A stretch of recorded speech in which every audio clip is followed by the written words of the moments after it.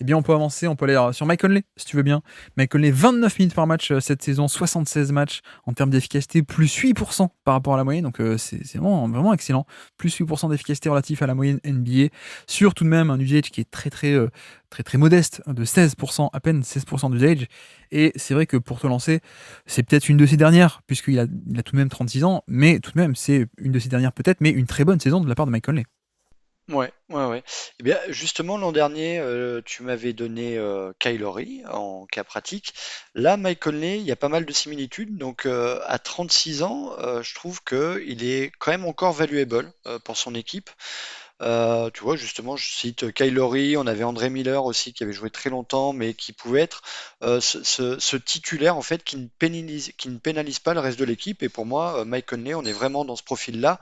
Moi, c'est ce que j'appelle les floor general, donc les générales sur le parquet. C'est le mec qui va t'assurer une bonne distribution, gérer un peu le tempo de l'équipe, voilà, et puis toujours mettre le ballon au bon endroit. Donc, on est là-dessus. Il est tellement indispensable quand même chez les Timberwolves parce que quand tu regardes le poste 1, derrière, on a Jordan McLaughlin et plus que l'ombre de Monte Morris. Donc voilà, c'est vraiment le poste 1 indispensable aux Timberwolves. Et même sans lui, alors je me suis amusé à regarder, donc il a raté que 6 matchs. Minnesota, c'est 3 victoires, 3 défaites. Et dans les 3 wins, il y en a 2 contre les Wizards et les Raptors qui étaient complètement décimés. Et dans les 3 défaites, il y en a 2 qui font plutôt tâche contre les Spurs et les Hornets. Donc voilà, c'est dire que quand il n'est pas sur le terrain, hein, les Timberwolves sont un petit peu dans la panade. Et comme tu l'as dit, cette saison, moi, ce que j'ai trouvé plutôt fort chez lui, c'est sa rentabilité au tir, hein. On est sur 108 de true shooting plus, un taux de réussite à 3 points hallucinant de 44,2. C'est quasiment son meilleur en carrière sur plus de 5 tentatives par match. Donc là, il y a le volume, alors comme tu l'as dit, hein, c'est peut-être pas énorme, mais voilà, je trouve que sur plus de 5 tentatives par match, ça reste très honnête. Et puis moi, il y a une stat aussi qui m'a fait rire, enfin qui me fait plutôt halluciner, c'est on est sur 45,7% de ces pull-ups à 3 points qui sont réussis. Donc moi je trouve ça aussi vraiment excellent. Sur C'est pas mal. 2,7 tentatives par match, ouais, c'est pas mal. Enfin, c'est vraiment bien pour Mike Conley. Voilà, Mike Conley n'a pas toujours été à plus de 40% à 3 points en carrière. Donc là, c'est une saison où il shoot à bon escient, je pense. Voilà, hein, c'est vraiment très bien. Euh, Au niveau de la distribution, donc on est plutôt sur de la pass first, hein, c'est quelqu'un qui a maintenant un taux d'usage, je sais plus, tu m'as dit le taux d'usage. 16% sur Cleaning the Glass, alors, pardon, sur Basketball Référence, qui est donc juste l'usage du scoring. Mais Ouais, sur, donc sur Cleaning the Glass, il doit être un peu plus haut du coup. un peu plus haut. Mais tu vois, il était à, je crois, quasiment 27 à la période Memphis. Donc là, c'est vrai qu'il a un peu moins la balle, tout simplement parce que Anthony Edwards phagocyte vachement le jeu des Timberwolves. Et du coup, lui a un peu moins la balle en main. Mais quand il l'a en main, ça reste très propre. Là, par exemple, cette saison, c'est l'année où il perd le moins de ballons. On est, je crois, en 1,3 turnover par match. Donc voilà, c'est quelqu'un qui reste très propre dans le jeu. Au niveau des assists, moi ce que j'aime bien, c'est qu'il sert souvent les intérieurs. Quand j'ai regardé un petit peu la distribution Ouais. de ces assists, c'est principalement 4, hein. C'est même pas Anthony Edwards, c'est 4 en un. Et puis derrière, on a Edwards forcément, mais derrière, c'est Nasrid et Gobert. Donc tu vois, les 3 intérieurs, c'est lui qui va les servir les plus souvent. Et je pense notamment à Gobert. Donc il y avait quand même une connexion qui s'était faite à Utah. Et là, on le retrouve, hein, notamment sur pick and roll. C'est l'un des rares à servir dans des bonnes conditions, on va dire, Rudy Gobert. Chose que fait absolument pas Anthony Edwards, par exemple. Donc Ouais. moi, ce que j'aime bien, c'est qu'il a ce côté aussi où il va essayer de responsabiliser vraiment tous les membres du 5 majeur. Euh, bon, par contre, le point négatif, je dirais, en attaque, c'est que le poids des âges faisant, il est moins finisseur. Là, on le voit principalement dans les drives où il est tombé à 7,5 drives par match et seulement 55% de ses drives, pardon, 55% de ses drives finissent par une passe. C'est-à-dire qu'il va d'abord faire la passe avant d'aller au cercle, là où à Utah, on était à 12 drives par match et qui finissait majoritairement par un shoot. Bon, là, je pense que c'est un petit peu le poids de l'âge, hein, qui fait qu'il a moins d'aptitude à aller finir vers le cercle ou provoquer des fautes parce que du coup aussi, il provoque beaucoup moins de fautes qu'auparavant. Forcément, il drive moins, donc il va moins provoquer de fautes. Là, on est seulement à 1,5 lancers tentés par match. C'est vraiment très faible, de loin, Ouais. d'ailleurs, son plus faible en carrière, alors que c'est un joueur qui est à plus de 91% de réussite au lancer. Mais je pense que là, vraiment, on est sur quelqu'un qui va d'abord faire la passe sur drive plutôt que voilà, jouer pour lui et aller vers le cercle. Non, mais comme tu dis, non seulement il fait moins de drive, mais en plus, les drives qu'il fait, c'est des drives, il pénètre et ensuite il ressort, quoi, il fait la passe. Donc c'est après c'est un déclin assez normal. Mine de rien, c'est juste, bah, le joueur qui vieillit, qui a plus de jus pour aller au panier et cetera et donc mais qui dans le même temps, l'âge avançant aussi, tu deviens un meilleur shooter. Donc tu as un peu cette transformation assez naturelle de, bah, finalement il fait moins de drive et de l'autre côté, il est aussi, très bon au shoot. Il a fait une top saison. Faut se souvenir que d'ailleurs il arrive, l'an dernier en cours d'année, hein, Oui, il arrive en mi-saison et donc il fait une demi-saison avec Minnesota et donc là, c'est sa première vraie saison avec les Wolves. Et c'est vrai que, bah, franchement, je vois pas qu'est-ce qu'on aurait pu attendre de mieux que ça en termes de rendement relatif à son âge. C'est-à-dire que, bah ouais, le scoring, comme tu l'as décrit, il devient de plus en plus discret, mine de rien, en termes de volume, en termes d'efficacité aussi, mais comme tu dis dans le jeu, hein, notamment en termes de drive, etc., etc. On est très très loin de son pic à Memphis où c'était un excellentissime meneur NBA qui commençait à prendre du volume et même on est loin même de tu sais, la production à Utah, les belles années à Utah, je pense qu'on est un peu loin de ça. Il reste plus hein, que le shoot, mais je pense que tout de même, il y a un rôle hyper important. Tu as parlé de général de terrain, mais c'est vrai que ce passing, pour moi, est toujours hyper utile. Même si on n'a plus de drive, même si on n'a plus de tranchant au scoring, et même si le volume global est extrêmement faible, au final, au niveau du scoring, bah ouais, en fait, on a quand même quelqu'un qui, en termes de passing, est hyper intéressant. Pour cet aspect de propreté dans le jeu, évidemment, pour aussi le fait que c'est un vrai meneur de métier, ce qu'il n'y a pas forcément dans l'effectif, mais aussi, tu vois, il y a plein de. Tu parlais du fait qu'il servait beaucoup les bigs, au final, les intérieurs de Minnesota. Bah, tactiquement, c'est aussi un de ceux qui est le plus à l'aise pour jouer quelques sets que Minnesota aime beaucoup jouer, du genre, bah, notamment les pick and roll à deux écrans, les double drag, donc avec à la fois Gobert et Karl Anthony Towns, et donc il y en a un qui roule au panier et l'autre qui ressort à 3 points. Les lectures, elles sont faciles à faire pour Mike Conley. Et puis aussi tout ce qui est les empty action, donc ça se passe sur juste un quart de terrain et un pick and roll sur le quart de terrain avec personne dans le corner, donc et juste Mike Conley et Rudy Gobert. Et ça c'est un classique aussi, le pick and roll qui rentre vers l'intérieur en partant depuis l'aile, depuis le côté. Et Mike Conley est aussi excellent team pour jouer ça.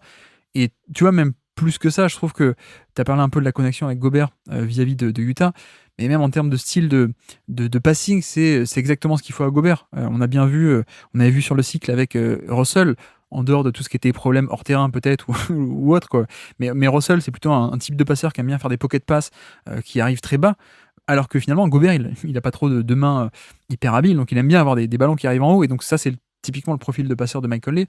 Donc bref, tu vois, tout ce qu'on décrit, c'est en fait un mec qui a perdu un peu le jus au niveau du scoring, ok, mais qui en effet, comme tu dis et comme on l'a décrit, en fait, il est assez utile parce que c'est un vrai pick and roll, un vrai passeur de pick and roll, un peu classique, comme ne l'est peut-être pas encore totalement Anthony Edwards ou autre. Et puis, un mec qui fait du bien un peu partout, quoi. ouais, pour moi, il fait même une meilleure saison que sa demi-saison l'an dernier. Alors peut-être justement, Ah il a oui, eu plus clairement, le ouais. temps de s'adapter, mais il a une réelle utilité sur le terrain. Et encore une fois, c'est pas un maillon faible à 36 ans. C'est pas donné à tous les joueurs, ça, hein. Donc, non, il t'apporte vraiment les minima et puis l'intelligence de jeu. Je crois qu'il a gagné aussi le trophée de meilleur coéquipier de l'année. Donc, tu vois, je pense qu'en plus, dans le vestiaire, c'est quelqu'un de bien qui arrive à rassembler, qui peut rassurer parfois peut-être certains un peu plus jeunes, tempérer Edwards qui a un tempérament bouillant justement. Voilà, peut-être c'est un peu le chaud et le froid quoi entre les deux, le yin et le yang. Donc non, c'est plutôt bien ça, cette association. Et puis ça le soulage aussi Edwards dans les montées de balles, dans le fait de porter la balle justement. Voilà, il peut soulager, même s'il y a un peu moins d'usage comme tu l'as dit. Voilà, il peut soulager la star de l'équipe. Donc ça, c'est plutôt intéressant.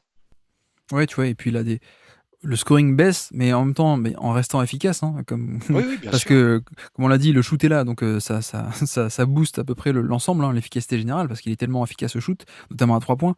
Mais donc le volume au scoring baisse, mais dans le même temps, il se transforme aussi petit à petit. Tu vois, il y a des chiffres un peu similaires à ce que font des meneurs pass first, en fait. Ce qu'il n'a jamais été. Lui, il a plutôt été un profil toujours un peu équilibré scoring passing durant toutes ces années.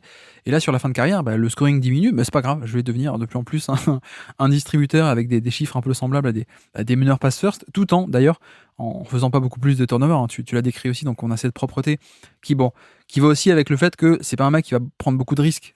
Il a pas une énorme plus-value en termes de passing avec les passes risquées, mais à haute récompense. On peut le traduire un peu comme ça par rapport à l'anglais, mais tu sais, la passe hyper risquée vers le corner opposé, spectaculaire, mais qui va punir des schémas hyper agressifs, etc., etc.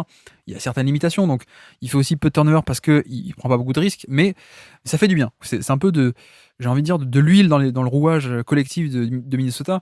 Et en effet, tu vois, les Wolves sont pas non plus une excellente attaque NBA, mais je pense que sans Mike Conley, je suis pas sûr qu'il serait juste au niveau moyen de NBA, il serait peut-être même un peu plus bas, quoi. Donc ça fait du bien parce que t'as un peu un aspect un peu flashy avec Edwards, de la création plus brute, enfin, avec un peu plus de déchets aussi, mais un peu ce côté plus tranchant, plus de détonation. Et puis derrière, tu as aussi Mike Conley qui fait du bien avec, comme tu l'as dit, les remontées de balles, etc., etc. Donc cet aspect offensif finalement assez sobre, mais qui fait encore du bien. D'ailleurs, au passage, je crois qu'à la base, il n'était pas dans le top 100 de l'été dernier, on l'avait rajouté au final, mais tu vois, je m'attendais pas forcément à ce qu'à 36 ans, il y soit cette année, quoi. Et pourtant, mais pourtant, il fait une top saison et il y est. Et juste pour terminer, au niveau de la défense, qu'est-ce que tu penses encore de sa défense actuellement? Alors, pour moi, c'était un mec qui était vraiment, alors peut-être pas All Defensive Team chaque année, mais qui était quand même dans le gratin de la ligue. Là, ça baisse un petit peu, mais c'est même pas un maillon faible encore pour moi de ce côté-là, parce que tu as de la défense intelligente. Il empêche souvent des pénétrations, il navigue bien entre les écrans pour revenir sur le porteur de balle. Donc, je trouve qu'il y a encore de la défense intelligente, même s'il n'y a plus les jambes qu'il avait auparavant, hein, la période grit and grind. Mais non, pour moi, si les Wolves ont la meilleure défense, tu vois, ça veut bien dire aussi quelque chose, c'est que le 5 major dans son entier défend bien, et lui, pour moi, en fait partie. Il a encore largement sa place de ce côté du terrain. Alors c'est là où je suis peut-être un peu plus bas que toi, parce que je dirais, enfin, moi je dirais peut-être que jusqu'à dire où parfois, et notamment en playoff, on a vu que c'était un peu un maillon faible. Mais après, bon, c'était contre Dallas. Et est-ce que le fait de ne pas pouvoir switcher sur Luka Doncic, ça fait de toi un maillon faible en Il- défense? ouais, Peut-être pas. c'est vrai qu'il peut switcher plus difficilement maintenant. Ça dépend du type de profil que tu as en face, hein, mais moi je trouve que sur la saison régulière, il a fait le job. Après, Oui, je suis d'accord. ouais, Je suis d'accord. les... c'est vrai que le duel face aux Mavs n'était pas forcément à son avantage. Ouais. Non, non, mais c'est juste pour l'évoquer tout de même, vu qu'on parle de la saison. Mais je suis d'accord que globalement, on est quand même sur un mec qui est encore à quoi? On va dire 6 sur 10, 7 sur 10 en défense Voilà, ouais, ouais. assez Un peu facilement. au-dessus de la moyenne, ouais. Oui, voilà, c'est ça. Il a un peu perdu le côté élite en défense qu'il avait, point d'attaque, défense des petits d'élite comme il avait à l'époque, comme tu l'as dit à Memphis, Grit and Grind, etc. Aujourd'hui, on a un mec qui a un peu perdu cette mobilité, mais qui est quand même assez bon et qui surtout, on parlait de ça avec KCP, mais il a aussi, lui, les fondamentaux parfaits, quoi. Mike Conley, c'est toujours la bonne main dans la trajectoire de passe, la bonne orientation, le bon timing, etc. Plus la défense collective aussi, où c'est vrai que bah, comme il est petit, il n'aura pas un impact comme d'autres plus grands peuvent avoir pour le genre de mouvement équivalent. Mais voilà, même s'il est petit, il fait quand même les bons mouvements, il se place aux bons endroits, etc. Donc ça j'aime bien aussi, cet aspect de QI basket et QI défensif. Et donc dans le classement, alors le débat c'est KCP contre Mike Conley. Tu as l'air plutôt de trancher, toi, Mike Conley, c'est ça? Moi, j'ai tranché Mike Conley. J'ai hésité, hein, je l'ai dit, je crois au début, j'ai hésité entre les deux. J'ai mis Conley parce que pour moi, il est un peu plus valuable. Vraiment, je pense que les Wolves, sans Conley, comme tu l'as dit, l'attaque aurait pas été à ce niveau, même si c'est au niveau moyen, ça aurait été encore en dessous. Et de fait de son expérience, moi, il y a plein de choses qui m'ont fait le mettre devant. Pour moi, il est un peu trop discret, KCP. Ok, c'est un très bon Swendy. Il t'apporte quand même un peu autre chose, Mike Conley. Voilà. C'est pour ça que j'ai choisi de le placer devant. Et même en termes d'efficacité, hein, il regarde dans les yeux Oui, c'est vrai. KCP cette saison. Hein. C'est vrai. Oui, oui, c'est vrai que KCP est quand même moins bon à 3 points. Non, mais t'as raison d'insister parce qu'en plus, on évalue une performance. Donc, c'est même pas en termes de niveau général. Bah, si le mec est en surchauffe, bah, tant mieux pour lui, quoi. Donc, ça, on le prend en compte, quoi, le côté performance sur la saison. Mais l'argumentaire que j'avais, moi, c'était plutôt sur l'aspect où, tu vois, je pense que KCP est un peu moins à compromis en termes de défense, là où Mike Conley, il peut parfois l'être, un peu. Mais en même temps, je comprends aussi l'aspect de. Bah, en même temps, KCP, c'est assez sobre, alors que Mike Conley, il y a quand même un peu de création offensive, et mine de rien, bah, la création offensive, elle a quand même plus de valeur que tout le reste, quoi. Donc, je peux l'entendre, mais ok, je peux te suivre alors. Ça dépend comment tu pondères. Hein. Après, Oui, c'est ça, effectivement, ouais. si tu préfères plutôt le profil défensif, je comprends que tu mettes KCP devant, il n'y a pas de souci. Non, mais partons là-dessus, ouais, t'as raison, le côté création offensive, encore, mine de rien. Mais tu vois, ce que j'avais aussi dans mon argumentaire, c'était le fait que il y a de la création offensive, pardon, mais le Mhm. volume est pas si grand que ça, quoi, tu vois, la différence de volume Oui, est oui, pas si oui. grand que ça. Ouais. Mais non, mais quand même, je te rejoins d'accord sur cet aspect-là de tout de même. Il y a plus d'attaque et plus de création, donc ça a quand même un plus de valeur. Donc ok, tranchons comme ça. Au pire, ça évoluera si d'autres viennent Oui, me oui, taper oui. dessus par rapport à ce choix-là. Ça peut bouger, c'est le principe de ce classement. Et donc petit quiz pour finir. Nous sommes, voilà, je parlais justement de la connexion Mike Conley et Rudy Gobert. J'ai pris une action, c'est un poster dunk de Rudy Gobert sur quelqu'un, sur une passe de Mike Conley. Donc c'est un poster dunk contre Toronto. Sur le pivot de Toronto, je ne vais pas dire qui. Nous sommes le 25 octobre 2023. Qui est sur le terrain au moment de ce poster dunk de Gobert envoyé sur orbite par Mike Conley? Bon, alors le pivot de Toronto, ça peut être Jacob Putel. Exactement, c'est lui. Ouais. Toujours côté Toronto, est-ce qu'on a Scotty Barnes? Oui, C'est quelle date, tu m'as nous dit? sommes le tout début de saison, 25 octobre. Tout Ah début de oui, saison. donc il n'y a pas eu tous les transferts encore. Gary Trent Jr., Il n'y a pas Gary Trent Jr., non. Siakam. Exactement, Siakam est encore là, Siakam est évidemment. encore là. Donc Barnes, Potel. Il me manque le backcourt. Dennis Schroeder. Schroeder, en effet. Oui, tout à fait. Je pense pas que tu l'aurais, Schroeder. mais effectivement. Ouais, il est parti au Nets à la trade deadline. C'est pour ça que j'essaie de me souvenir le début du roster parce que ça a beaucoup Ouais. changé. Quickley est pas là.